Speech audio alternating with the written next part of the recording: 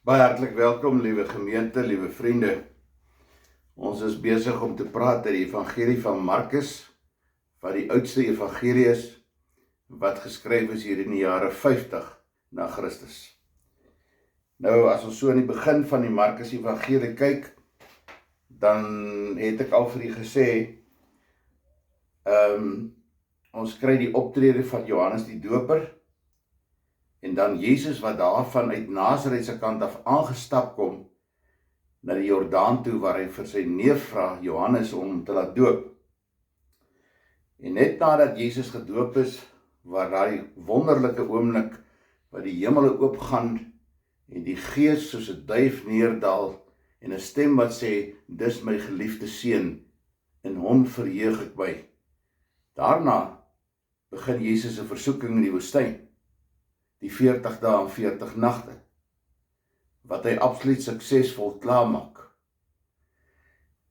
Daarna roep hy sy eerste disippels, hy genees die besetene in Kapernaum, en dan 'n hele paar ander genees, soos Peter se skoonma en so aan, en daarom vanmôre, Markus 5 vanaf vers 1, die besetene van Gerasa.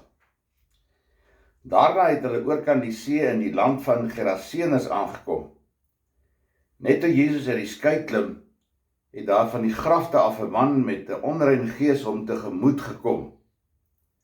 Die man het tussen die grafte gebly, niemand kon selfs met 'n ketting vasbind nie, want hulle het hom al dikwels met voet en handboeie vasgemaak, maar dan ruk hy die handboeie uitmekaar en skop die voetboeie stikkend. Niemand kon hom baas raak nie. Niemand kon hom baas raak nie, want hy was dag en nag aan die skreeu tussen die grafte en in die berge, en dan kap hy homself met klippe. Hy het Jesus al van ver af gesien en nader gehardloop. Hy het voor hom neergeval en hard geskreeu, wat het ek met u te doen, Jesus, seun van God die Allerhoogste? Ek smeek u, in Gods naam, moet my nie pynig nie. Want Jesus het vir hom gesê, onrein gees, gaan uit die man uit. Hy het hom toe gevra, wat is jou naam? My naam is Legio, antwoord hy hom, want ons is baie. Die man het hom toe ernstig geswat om hulle nie uit die landstreek uit weg te stuur nie. Daarnaby teen die berg het 'n groot trop varke geloop. Die onrein geeste het hom toe gesmeek, stuur ons na die varke toe, sodat ons in hulle kan invaar. Hy het hulle dit toegelaat, en dit uitgegaan en in die varke ingevaar. Die hele trop, omtrent 2000, het op loop gesit teen die hang af, die see in, en hulle het versuip. Hulle wagters het weggehardloop en dit in die dorp en die plase gaan vertel. Die mense het kom kyk wat daar gebeur het. Toe hulle by Jesus kom en die besete en wie die baie bose geeste was, daar sien sit met sy klere aan en by sy volle verstand, het hulle groot geskrik. Die wat alles gesien het, het vir hulle vertel wat met die besete gebeur het, en ook van die varke. Hulle het toe by Jesus daarop aangedring om hulle uit die gebied uit weg te gaan. Toe Jesus in die skei klim, die man wat van die duiwel besete was, by hom daarop aangedring om saam met hom te gaan. Jesus het hom egter dit nie toegelaat nie, maar vir hom gesê, ga na jou huis, na jou mense toe, en gaan vertel vir hulle wat die Here alles vir jou gedoen het, en dat hy jou jammer gekry het. Hy het toe gegaan en deur die hele Dekapolis begin bekend maak, wat Jesus alles vir hom gedoen het. Almal was verbaas daaroor. Nou ek het begin in die begin om te sê, toe begin Jesus 'n klompie wonderwerke doen, soos Peter se skoonma, die besetene by Kapernaum, maar ook het hy die storm stil gemaak net voor hierdie gebeurtenis. En die storm wat hy stil gemaak het, moet 'n mens nie sien as hy maak nou storm stil in mense se lewens nie. Dis werklik 'n fisiese storm wat veroorsaak is deur die Sirocco, 'n stormwind wat daar van die woestynse kant af kom, en dan kan hy die meer van Galilea in 'n ommensetjie omkeer in 'n stormagtige see. En daai storm het Jesus net beveel om te gaan lê en stil te raak. So Jesus het mag oor die natuur. En nou sien ons in hierdie verhaal, hier kom 'n besetene, 'n man wat van die duiwel besete is. Hy kom aangestorm na Jesus toe. Die man het daar in die grotte gebly. Daar was oral sulke grotte daar in Kapernaum. Die man het sy klere altyd stikkend geskeur. Hy het homself met klippe stikkend gekap, hy was aan die bloei.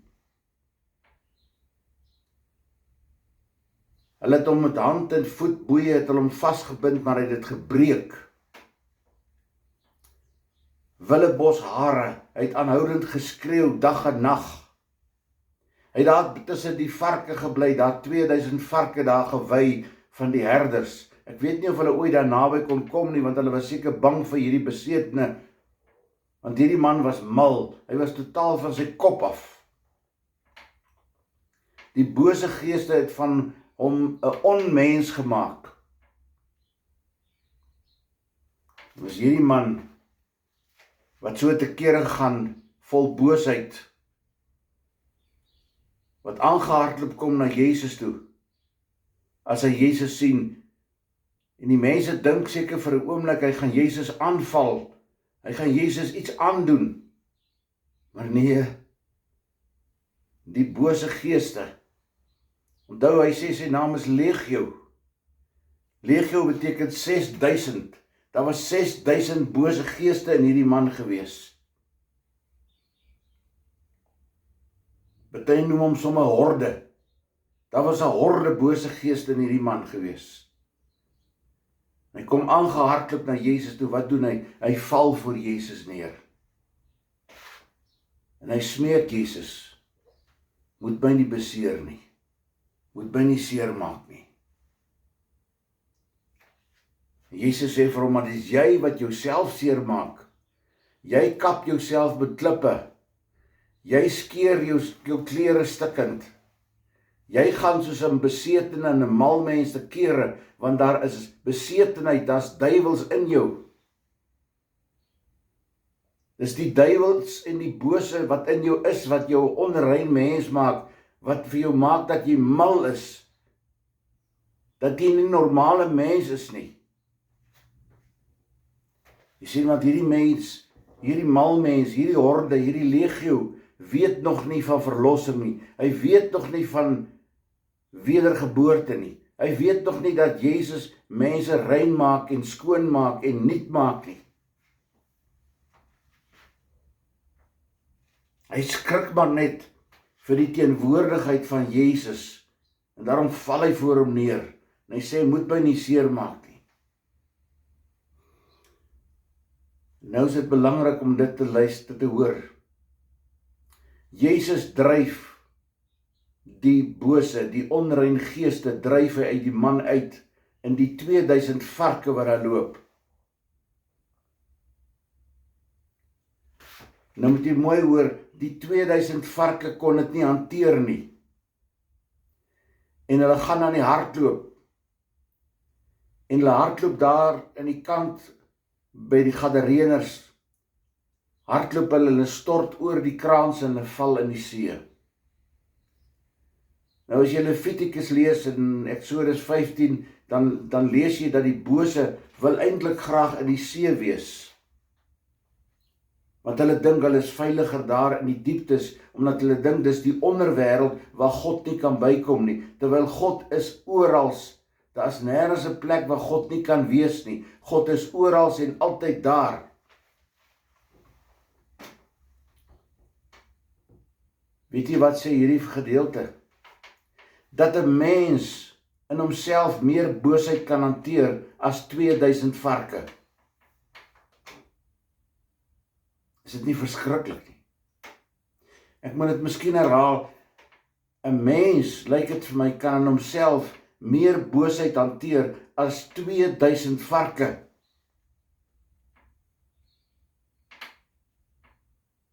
Dis baie erg om dit te hoor. Kom terug daarby. Wat gebeur met die herders van hierdie varke? Hulle is baie ontevrede. Want wat gebeur? Hulle varke het oor die kraans afgestort en hulle vra in vers 17 sê hulle vir Jesus, wil jy nie asseblief hierdie gebied verlaat nie? Ons voel onveilig met jou hierso. En Jesus loop. Kyk, Jesus dring hom aan niemand op nie. Hy smeer hom aan niemand af nie. So as hulle van vra en loop, dan draai hy om en hy loop, hy stap weg. Die herders dalk ook in hulle self gewoond geraak aan die boosheid, aan die onreinheid van hierdie mens. Weet jy wat is ons probleem dikwels in die wêreld? Ons probleem is dat ons kan so een raak met die wêreld dat ons nie meer agterkom ons is vasgevang in die struik van die bose nie. Kyk hoe gaan dit met die mense in die wêreld. Kyk hoe gaan dit met die politiek. Dis 'n gelieg en 'n bedrieg van die môre tot die aand. Kyk hoe gaan dit met mense wat eenvoudig so gewoond raak. Hulle begin met 'n wit leentjie en naderhand is hulle lewe vol leuns. Dis die een leuen na die ander. Hulle raak gewoond daaraan. Dis hulle lewenstyl. Kyk hoe behandel mense met mekaar soms. Hulle maak mekaar seer. Nou nie met klippe nie, maar met hierdie ding, met die tong. Skeer hulle mekaar in repe. Jy kan so gewoond raak aan die slegtigheid van hierdie wêreld, dat jy maar deel word, dat jy maar saamloop met die stroom. 'n Christen mag dit nie doen nie. Jy moet kan nee sê vir die kwaad, jy moet kan nee sê vir die verkeerde goed, jy moet kan wegstap van verkeerde dinge af.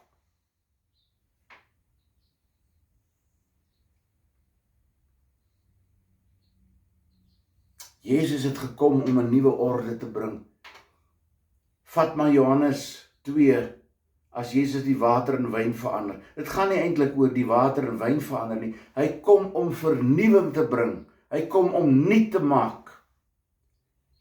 Want net daarna is dit Nikodemus, 'n kerkleier wat uit die middel van die nag na Jezus toe kom en hom wakker maak en sê, help my, ek is hoof van die Sanhedrin, van die raad, van kerkleiers.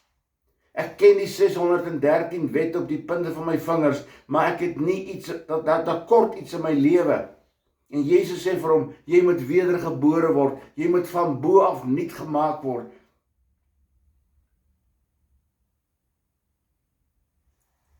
Die onheil in jou lewe moet weggaan.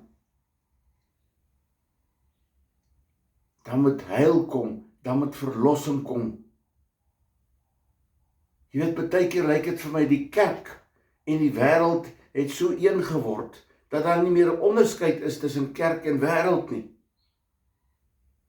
Die kerk het veralgemeer met die wêreld. Daar is nie meer 'n onderskeid nie. Kerkmense lyk nie anderste en tree nie anderste op as mense wat nie kerkmense is nie, of wat nie gelowiges is nie.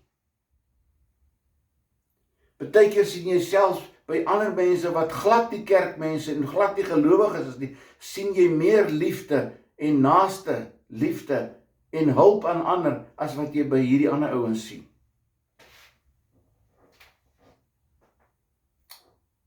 Jezus het kom nuut maak, kom verandering bring. Jezus het 'n onrein man wat besete was met 6000 bose geeste, het hy uit hom uitgedryf en het hierdie man rein gemaak. Want wat gebeur toe die mense agterna weer daar kom? Wat sien hulle? Hier sit hierdie man, dieselfde man, met sy klere aan, netjies. Hy kap hom nie met klippe nie. Hy skree nie. Sy hare is reg. Hy gaan nie soos 'n mal ding te kere nie. En hy sit nou by Jesus. Dat 'n totale verandering en vernuwing in sy lewe plaasgevind. En hulle is verbaas. Hoe is dit moontlik? Dis moontlik omdat Jesus ingryp in jou lewe in, omdat ek my lewe, my kop vir Jesus gee. Ons sê baie keer jy moet jou hart vir die Here gee. Nee, jy moet jou kop vir die Here gee, sodat jy anders kan begin dink oor jouself en oor jou naaste en oor die lewe. Ons kan nie maar aanploeter in hierdie wêreld op 'n ou lewenstyl. Dan moet 'n vernuwing in ons lewe plaasvind. Dan moet 'n herhaaldelike bekering in jou lewe plaasvind. Herhaaldelike bekering. Jy moet kort vir jouself kan sê, maar dit wat ek doen, is dit reg? Nee, dan moet ek dit nie doen nie. Ek kan nie maar net toelaat en aangaan en aankarring daarmee nie.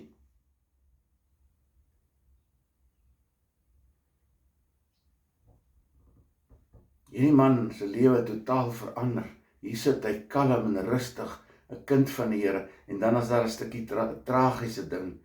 Hy sê vir Jesus, ek wil saam met jou loop. Ek wil oral saam met jou gaan. Jesus sê nee. Ons is nou in die Griekse gebied, die gebied van Decapolis.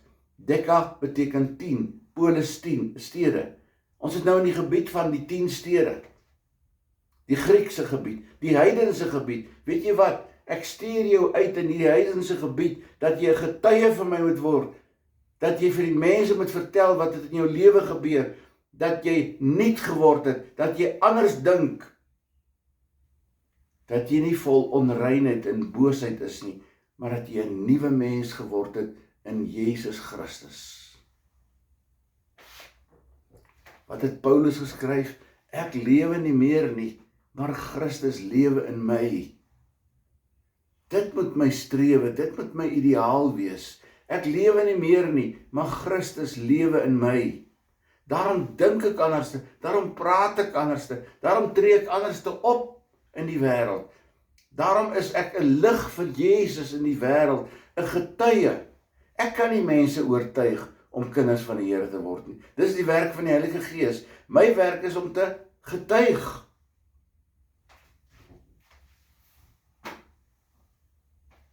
Broeders en susters, vriende, is 'n vreeslike verhaal van 'n bose man, wat vol was van bose geeste, onrein geeste. Maar dat hy in homself meer boosheid kon hanteer as 2000 varke, dit is die verskriklike ding. Is dit regtig so dat 'n mens in homself soveel boosheid kan hanteer? Ja, dit is. Kyk wat doen mense, kyk wat vang mense aan.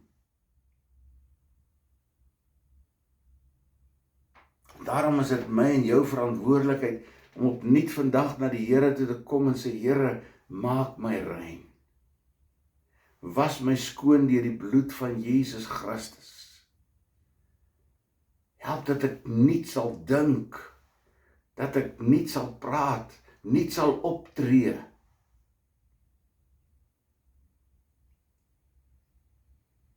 Dat ek werklik 'n kind van die Here sal wees.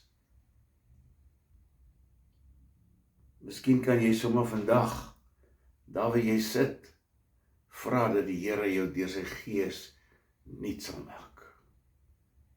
Here, help vir ons dat ons u kinders kan wees wat nie dink, wat nie optree, wat nie en anders praat met 'n nuwe gesindheid.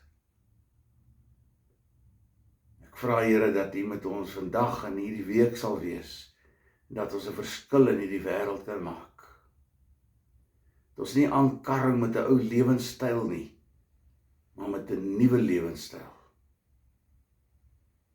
Nie met onheil nie, maar met die heil van Jesus. Amen. Ontvang met bidende harte die seën van die Here. Mag die Here Jesus Christus ook heil en verlossing bring in ons lewens. Dat ons deur die Gees nie kan optree, nie kan praat en 'n getuie vir hom kan wees. Amen. Mag dit 'n mooi dag en 'n mooi week vir elkeen van julle wees. Totsiens.